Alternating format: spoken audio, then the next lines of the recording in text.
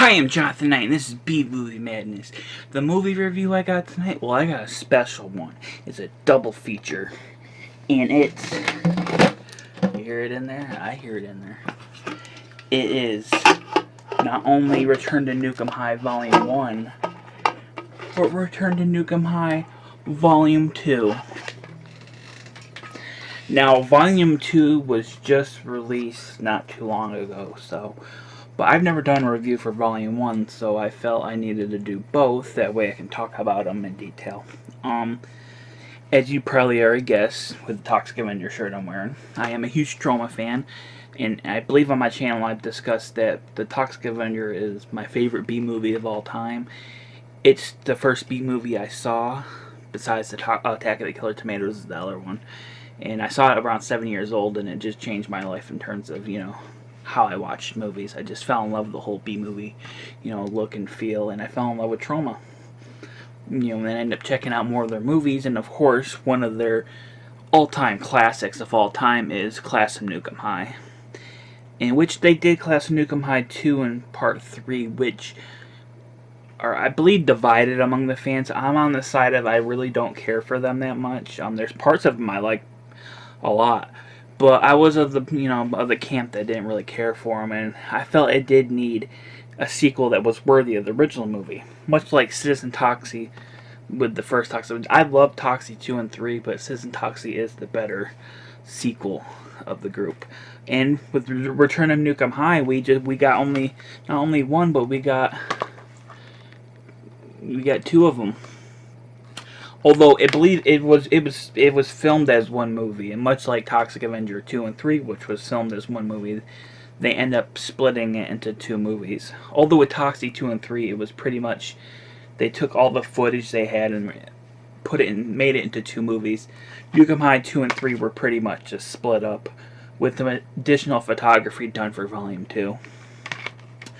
But before I get into talking about Volume 2. Volume 1, this one. I love this green case. They need to bring back the green cases. They're cool. As for Volume 1, as for the plot of the movie, it's pretty much, it's a sequel / remake. They even say this in the movie. Stan Lee says it. Rest in peace, Stan Lee. That it's a remake sequel. It's not your typical remake.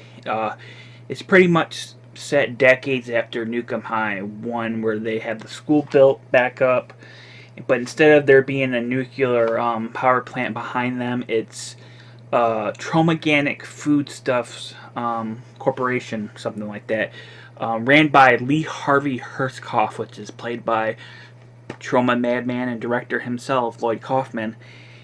He runs the factory, and they serve the teenagers in the high school gluten-free but contaminated foodstuff tacos that ends up turning the Glee Club into, or mutating the Glee Club into the Cretins, which are this they were good kids, and they turn into these punk kids that terrorize the people in the school and the school overall, much like in the first movie. But unlike in the first movie, which we never saw what the Cretins looked like before they turn into Cretins, it happens off screen, or before the movie starts. And this one, we actually see the Glee Club turn into the Cretins, which is pretty cool. But our main characters, instead of Warren and Chrissy, it's Lauren and Chrissy. Chrissy is this anti-pollution. She's called white trash. Most gorgeous white trash girl I've ever seen in my life. But she's this anti-pollution, girl who bullies Lauren, who is this new girl in school. She's a rich girl. She lives in the rich part of Tromaville, so all the kids pick on her for being the rich girl and the new girl. Eventually, Lauren and Chrissy put their differences aside, and they fall in love with each other. And the Cretins end up terrorizing Chrissy. Not Chrissy, Lauren. Oh, sorry, name's mixed up. They end up terrorizing Lauren. She has a pet duck that she calls Kevin, and they end up raping her with the duck. I won't say more than that. And ultimately, the movie ends with a cliffhanger with a big fat to be continued, because it's two movies. They split into two movies.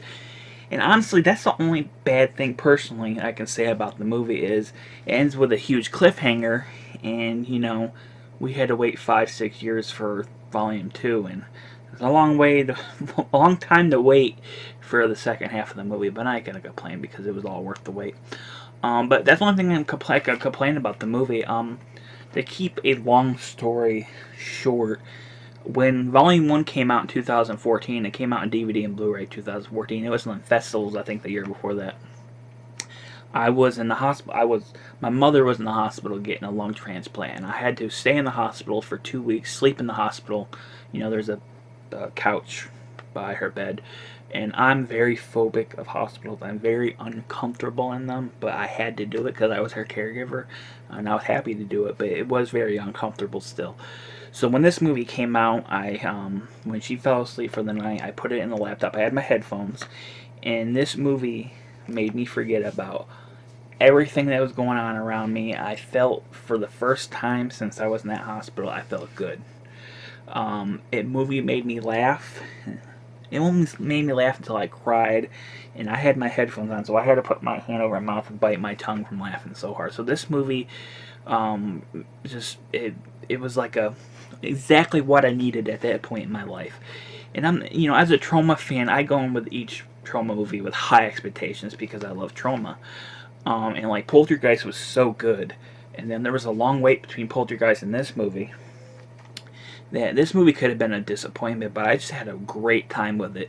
Much like any good Troma movie, it was very funny, very violent and gory. Lots of nudity, lots and lots of nudity, both male and female. And it was just so much fun. But the thing that really impressed me the most about it, and I have the names right here for them, is the acting in the movie is easily the best acting of any Troma movie of all time. Incredible acting for, a Troma movie. And I think the acting in most Troma movies is actually good. The characters are supposed to be over the top and cartoonish. But the two lead actresses in the movie, Asa Paredes, I hope I'm saying that right, and Catherine Corcoran, who play Lauren and Chrissy, they are just fantastic.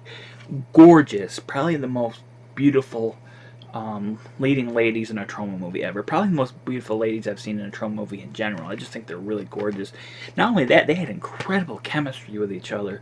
There's a scene where they're at a party dancing, and just them looking at each other, you can tell that they were legitimately in love with each other. And I mean legitimately in the movie they're in love with each other. I have no idea outside the movie.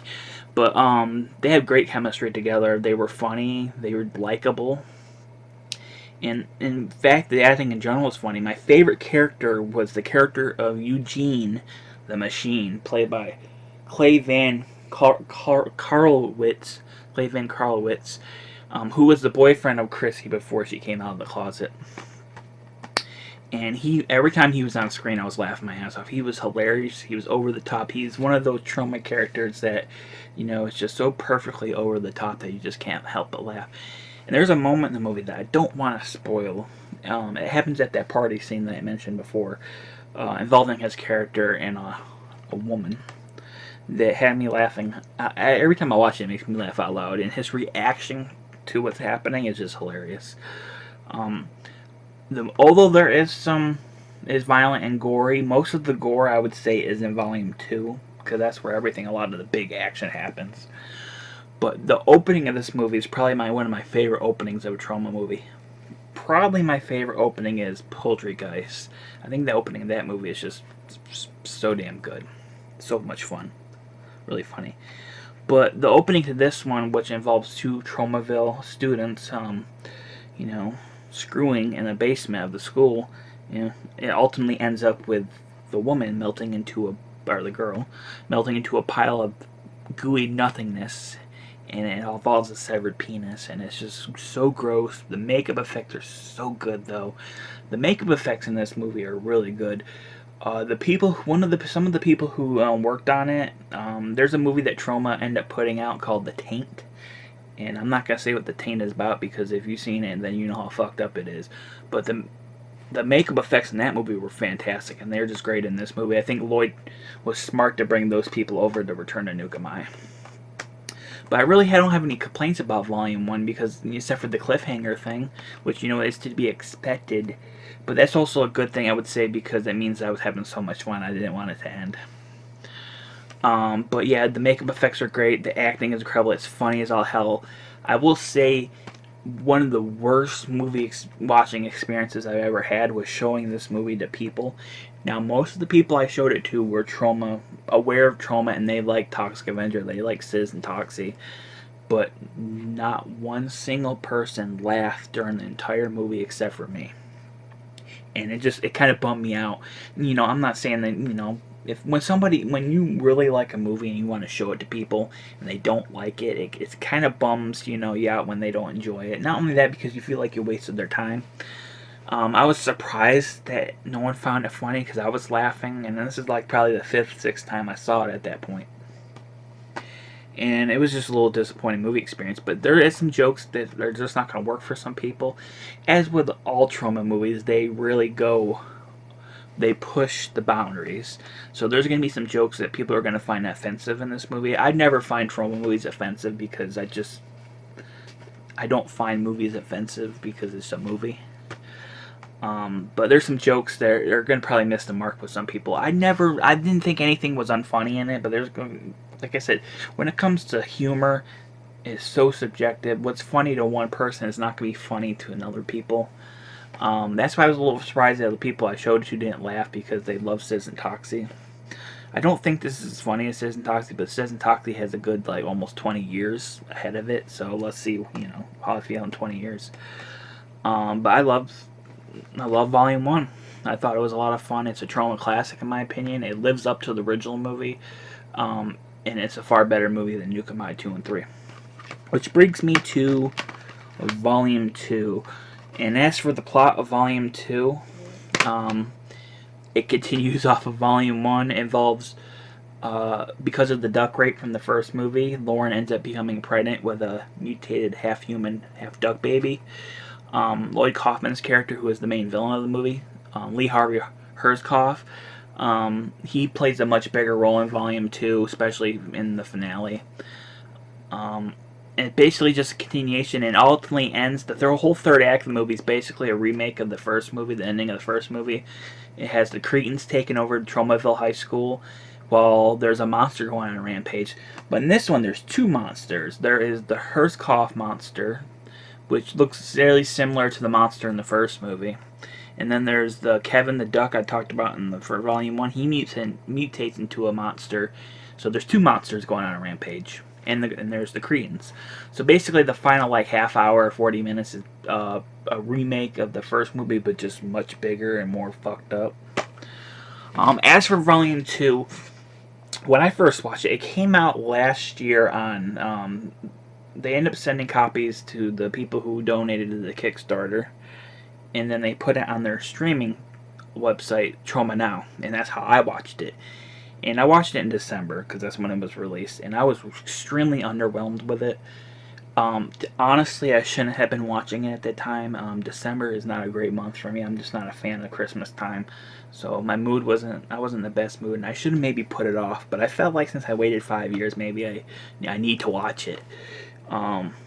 Thankfully, I always give something a second, third chance. Depending on the movie, it's usually a second chance. And I ended up recently watching it.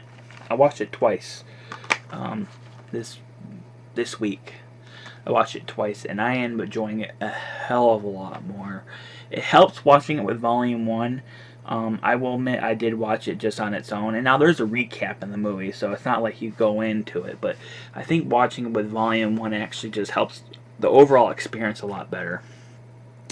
Because I do wish they released it as one movie. I would have been fine with a nearly 3-hour Troma movie, but I'm a fan, so of course I'm going to say that. But I understand why they split it up and made it an event. The problem being that there was a 5-6 year wait, and I tried looking this up and I couldn't really find any information by why there was a wait. The thing I got from it is that Anchor Bay, the DVD company that put a lot of horror classics on DVD back in the late 90s, early 2000s, they helped finance Volume 1. And they're listed as a producer on Volume 1. They're not listed on Volume 2 whatsoever, and I found out that they actually went under, and I think Lionsgate owns their titles maybe now.